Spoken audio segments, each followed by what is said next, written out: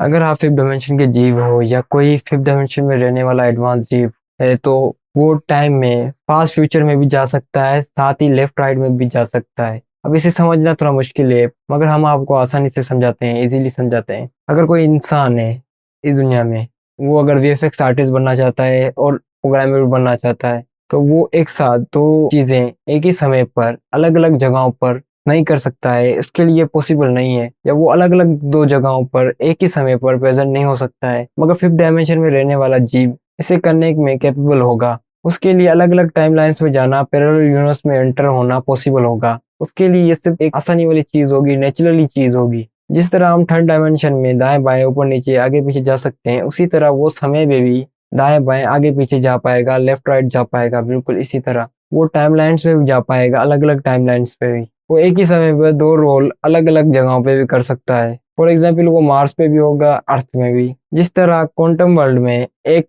Atom दो अलग states में हो सकता है, उसी तरह अगर इसको ऐसे समझा जाए, अगर आप सिक्के को, कॉइन को फ्लिप करते हैं तो वो एक ही वक्त में दो अलग अलग स्टेट में होता है। हाँ, अगर आप उसको स्लो मोशन में देखें तो वो अलग बात है, मगर अगर आप अपनी आम आंखों से देखें तो वो एक ही समय में दो अलग स्टेट में होता है। उसी तरह फिफ्थ डायमेंशन वाला जीव भी एक ही समय में दो अलग अलग जगहों पर होगा। उसके लिए से समय थम ही जाएगा और ये पावर होना किसी सुपर पावर से कम नहीं होगा। पर हम कैसे इंटर हो सकते हैं फिफ्थ डायमेंशन में? अभी की टेक्नोलॉजी के हिसाब से हम ऐसा नहीं कर सकते हैं क्योंकि हम इतने एडवांस नहीं हुए हैं, मगर हम एडवांस हो रहे हैं। तो अगर हम टाइप 3 या टाइप 4 सिविलाइजेशन बन जाते हैं तो हम इसके कैपेबल होंगे सिर्फ उसे ऑब्जर्व करने के और उसके डिटेल जानने के, ना कि उसमें इंटर होने के। अब इंटर होने के लिए हमें टाइप 7 सिविलाइजेशन बनना पड़ेगा, जिसमें मेरी अगली वीडियो आने वाली है। दोस्तों, आपके पास ये पावर होगी अलग अलग टाइमलाइंस में जाने की, तो आप इस पावर का कैसे यूज करेंगे हमें जरूर बताइएगा। पर जिस तरह से अंकल बेन कहते हैं कि बड़ी पावर्स के साथ आती हैं बड़ी जिम्मेदारियां, तो अगर ये पावर होगी तो उसकी एक गलती भी उसकी जान ले सकती है।